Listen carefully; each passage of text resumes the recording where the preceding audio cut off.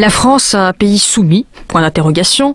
Alain Soral nous répond. Selon les derniers sondages, 42% des Français n'excluent pas de voter Front National au municipal. Belle gifle pour le PS qui s'en sentirait tout aplati vu la réaction fulgurante des médias. Remue-ménage pour l'UMP qui a bien des cœurs à reconquérir. Certes, 42% ce n'est pas la moyenne de la majorité absolue, bien sûr, loin de là. Mais comme disent les masses, ça commence à chauffer, sachant notamment que les partisans du certainement, du peut-être représentent un cumul UMP notable.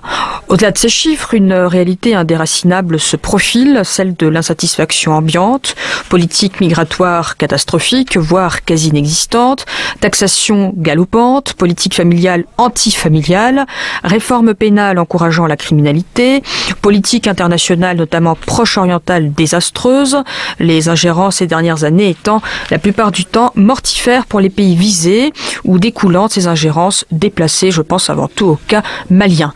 Un bilan réjouissant, peut-on se demander, mais je ne crois pas. François Hollande est au plus bas de sa popularité et pour cause, les Français ne sont pas masochistes, il leur reste encore, primitivement parlant, cet instinct de survie qu'ont tous les êtres vivants de notre planète, même les plus primitifs. Lorsque Jonathan Ayoun, président de l'Union des étudiants juifs, se fait du mauvais sang pour les métamorphoses éthiques du peuple français en évoquant les discours haineux du Front National, là je cite, le Front National tient des discours qui distillent la haine, attisent les peurs, agitent les préjugés, eh bien ce pauvre monsieur Ayoun se retrouve automatiquement à côté de la plaque, car ne sont-ce pas les discours philanthropiques de l'équipe Héros qui, mis en pratique, ont contribué au morcellement de la France. Comment peut-on continuer à surfer sur des notions dignes d'un salon d'antiquaire, le racisme par exemple, ça en est un, alors que les enjeux sont d'un autre ordre? Alain Soral, écrivain, essayiste, créateur du site Égalité et Réconciliation, nous a fait part de sa vision des 10 enjeux. Voici l'analyse qu'il nous a livrée. Donc là, je passe la parole à ma collègue, Anna Karpova, pour la première question. Donc vous avez répété maintes fois que vous êtes hors de la politique, que vous envisagez un moyen de plus pour gagner de l'argent et non pas de quelque chose de commun avec la liberté, les droits de l'homme, etc. Donc et vous incarnez en même temps pour les Français, vous incarnez le visage de l'opposition nouvelle. Donc la première question, si c'est hors de la politique, quels sont vos moyens de lutte et quels sont vos objectifs? Quand je dis que je suis hors de la politique, je veux dire que je suis hors de la politique politicienne traditionnelle qui consiste à se présenter à des élections et à organiser des manifestations. On a remarqué depuis des années en France que les manifestations de rue n'amènent jamais à rien et que le système est tellement bien verrouillé que la politique politicienne vous amène toujours finalement à respecter et à vous soumettre aux règles, je dirais, du système de domination. Donc je fais de la politique en réalité, mais j'essaye de faire de la politique différemment en fonction des 2 constats que je viens de vous énoncer. D'accord. Monsieur Soral, dans une vidéo vieille de 1 an et des poussières, à peu près, vous dites que la France disparaît, qu'elle se pré-balkanise, donc qu'elle est complètement morcelée, si je puis dire.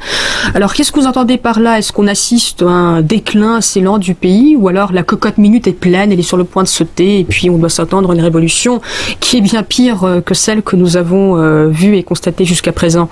Je constate que progressivement, les élites officielles en France se sont mises à servir d'autres intérêts que la France et le peuple de France, se sont alignés sur les intérêts américains et israéliens notamment, que ça a produit une double catastrophe. C'est une catastrophe sociale avec la désindustrialisation de la France, un chômage massif, une précarisation de l'emploi et une baisse des revenus des couches populaires puis des classes moyennes. Et aussi sur le plan sociétal, des tensions communautaires de plus en plus fortes entre Français de souche de culture catholique et Français d'origine immigrée, souvent de confession musulmane, et souvent le tout d'ailleurs manipulé par une toute puissante communauté juive qui, à mon avis, se maintient dans sa domination en jouant ce jeu, je dirais, du divisionnisme diviser pour régner. Ce qui nous met dans une situation sociale et sociétale d'extrême tension qui effectivement peut penser à la période qui a précédé l'éclatement du Liban et la guerre civile libanaise, ou aussi la situation de la Yougoslavie quand les puissances atlantistes ont décidé de liquider la Yougoslavie de Tito à la fin des années 80, au début des années 90. Tous ces problèmes, ça concerne seulement la France ou l'Europe en général, le monde peut-être? Non, ça concerne, je pense, tout le monde occidental soumis à, comment dirais-je, à l'économie de marché en régime néo-capitaliste financiarisé. Hein.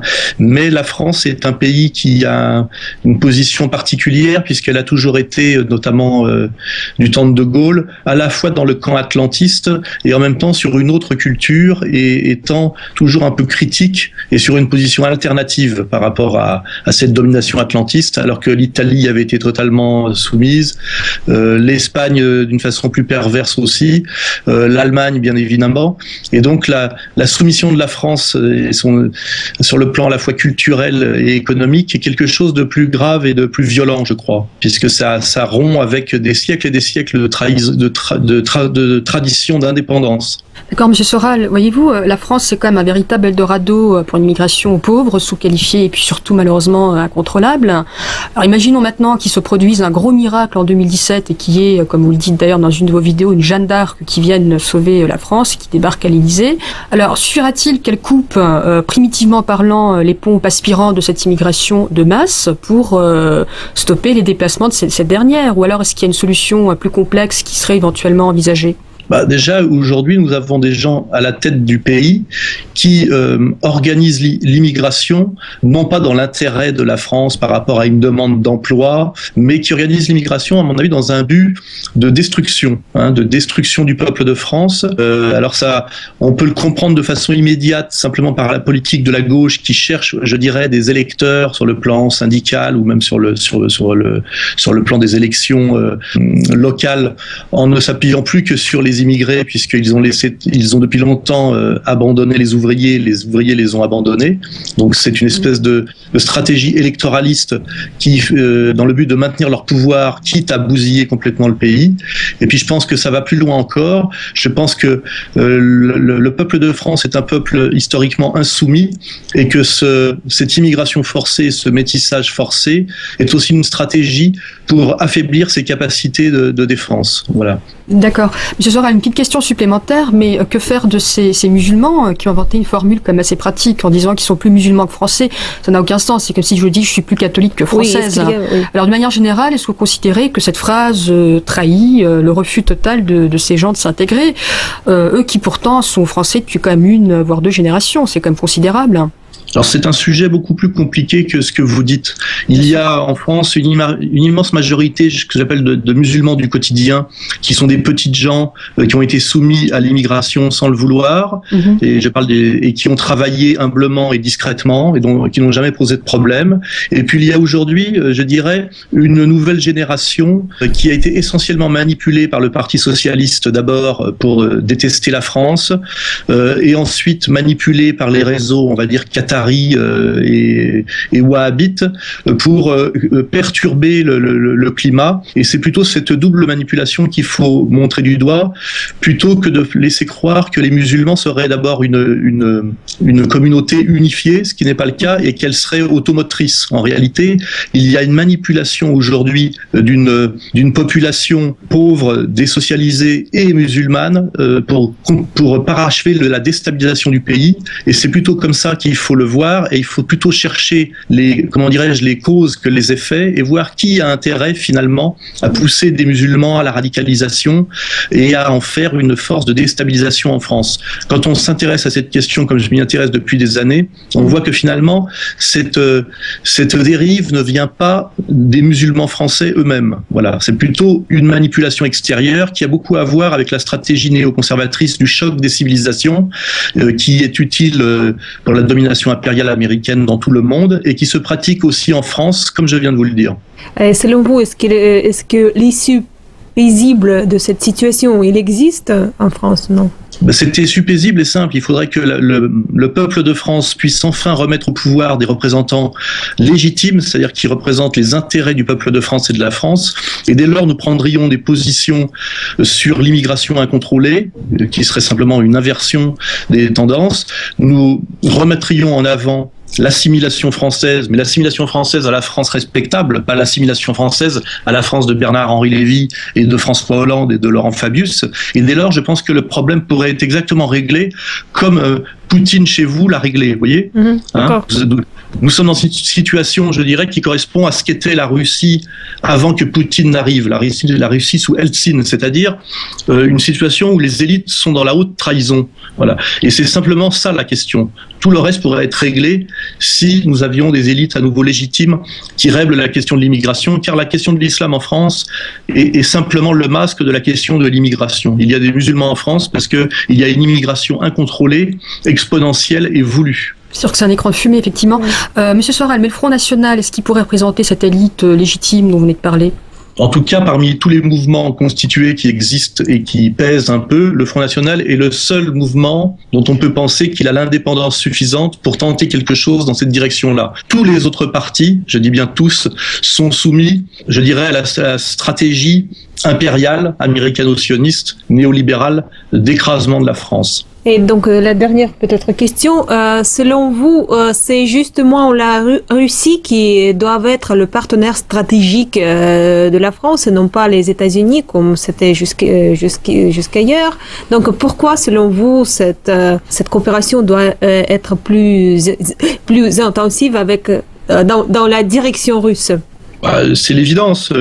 L'Amérique nous domine, nous comment dirais-je, nous pille avec sa logique de la dette et finalement ne nous achète pas grand-chose. Elle fait plutôt que nous voler nos brevets, alors que notre coopération vertueuse serait plutôt à l'Est, avec l'Allemagne et la Russie, tant sur le plan économique que sur le plan, je dirais, géopolitique. Et de toute façon, il serait temps de procéder à un rééquilibrage. La France est un pays européen, un rééquilibrage dans nos coopérations entre le monde thalassocratique et l'Europe. Simplement pour ça, il faudrait, je vous le dis une fois de plus, que nous ayons à la tête de notre pays des représentants qui ne soient pas des agents de la domination impériale atlantiste, mais des gens qui défendent les intérêts supérieurs de la France. Je crois que tous les analystes sérieux se rendent bien compte effectivement de ce déséquilibre et les gens qui réfléchissent sérieusement souhaitent aujourd'hui un rapprochement avec la Russie et s'étonnent, se scandalisent de la diabolisation complètement inique de la Russie de Poutine. C'était Françoise Compoint pour La Voix de la Russie. Très bonne soirée à vous tous. Au revoir.